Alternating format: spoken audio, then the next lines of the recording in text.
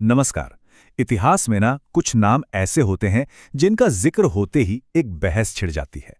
ऐसा ही एक नाम है औरंगजेब। वो आखिरी ताकतवर मुगल बादशाह जिनके दौर को लेकर आज भी इतिहासकारों में गहरा मतभेद है। तो सवाल ये उठता है कि आखिर औरंगजेब को कैसे देखा जाए। क्या वो एक महान शासक था जिसने मुगल साम्राज्य को उसकी सबसे बड़ी सरहदों तक पहुंचाया, या फिर वो एक ऐसा बादशाह था जिसकी अपनी ही नीतियों ने साम्राज्य के पतन की कहानी लिख दी? काफी पेचीदा सवाल है ना। चलिए आज इसी गुत्थी को सुलझाने की कोशिश करते हैं। तो कहानी की शुरुआत करते हैं एकदम शुरू से। बादशाह बनने से पहले औरंगजेब था कौन? उसका पूरा नाम था अबुल मुजफ्फर मुहियुद्दीन मोहम्मद औरंगजेब, और उसका जन्म हुआ था साल 1618 में गुजरात के दाहोद में। वो बादशाह शाहजहां और मुमताज महल का बेटा था। लेकिन शहंशाह बनने तक का उसका सफर फूलों की सेज तो बिल्कुल नहीं था। ये एक ऐसा रास्ता था जो कांटों और सच कहें तो खून से भरा था। ये कहानी है एक ऐसे पारिवारिक जंग की जिसने औरंगजेब के लिए दिल्ली के तख्त का रास्ता साफ किया।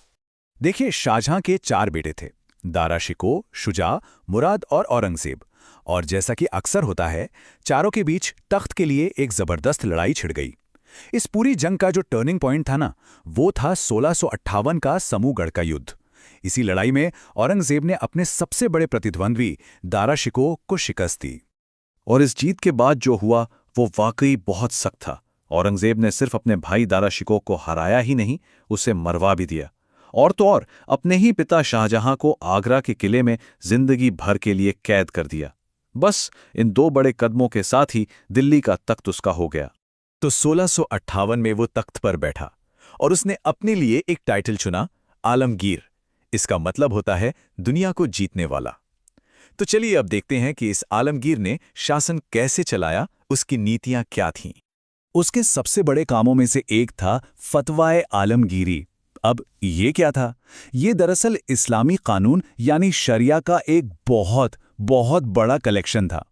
औरंगजेब ने इसे इसलिए बनवाया ताकि पूरे साम्राज्य में एक जैसा लीगल सिस्टम लागू हो सके। चलिए अब बात करते हैं औरंगजेब के शासन के उस हिस्से की जिस पर सबसे ज्यादा बहस होती है, उसकी धार्मिक नीतियां। देखिए, वो एक पक्का सुन्नी मुसलमान था और उसके कई फैसलों में ये बात झलकती है। जैसे 1679 में उसने गैर मुसलमानों पर जजिया टैक्स वापस लगा दिया। काशी और मथुरा जैसे कई बड़े मंदिरों को तोड़ने के आदेश दिए। इतना ही नहीं, उसने दरबार में संगीत और कला को जो बढ़ावा मिलता था उसे भी काफी कम कर दिया। लेकिन यहाँ एक दिलचस्प बात है, इतिहासकारों में इस पर एक राय नहीं है।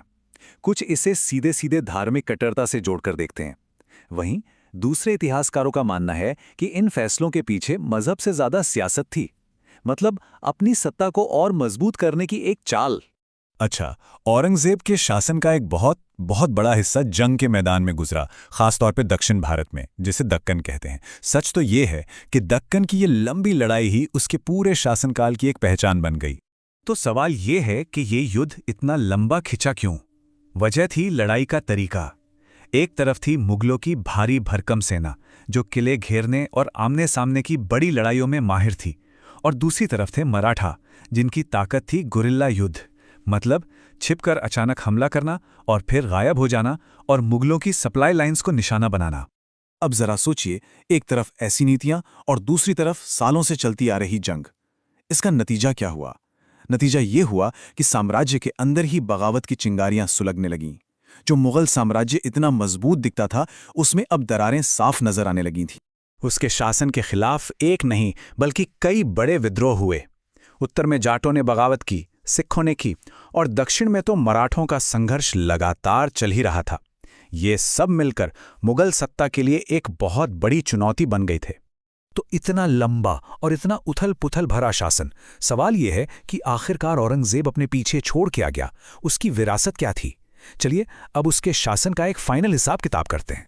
एक चीज जो औरंगजेब के बारे में जानना बहुत जरूरी है, वो है उसके शासन का समय।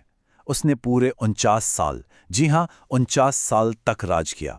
ये किसी भी बड़े मुगल बादशाह से ज्यादा है, और जाहिर है इतने लंबे वक्त का असर भी बहुत गहरा होना ही था। तो औरंगजेब की विरासत को हम एक सिक्के के दो पहलुओं की तरह देख सकते हैं। एक तरफ पॉजिटिव ये था कि मुगल साम्राज्य उसके समय में सबसे ज्यादा फैला, एडमिनिस्ट्रेशन को भी उसने मजबूत किया। लेकिन सिक्के का दूसरा पहलू भी है। उसकी धार्मिक नीतियों की वजह से बगावतें बढ़ी, सालों साल चली लड़ाइयों ने खजाना लगभग खाली कर दिया और मुगल सेना भी पहले जैसी ताकतवर नहीं रही। और फिर इस लंबे और विवादों से भरे सफर का अंत हुआ 3 मार्च 1707 को अहमदनगर में। औरंगजेब की मौत हो गई और उसकी मौत के साथ ही ताकतवर मुगल साम्राज्य के एक दौर का भी अंत हो गया। तो हम घूम फिरकर वापस उसी सवाल पर आ जाते हैं जहां से हमने ये सफर शुरू किया था। औरंगजेब ने आखिर क्या छोड़ा? एक विशाल साम्राज्य जिसकी सरहदें इतिहास में सबसे बड़ी थीं, या फिर एक ऐसा साम्राज्य जो बाहर से तो बहुत बड़ा दिखता था पर जिसकी नींव अंदर से कमजोर हो चुकी थी? सच तो यह है कि इतिहास हमें ये दोनों ही तस्वीरें दिखाता है। अब ये देखने वाले पर है कि वो किस तस्वीर पर ज्यादा गौर करता है।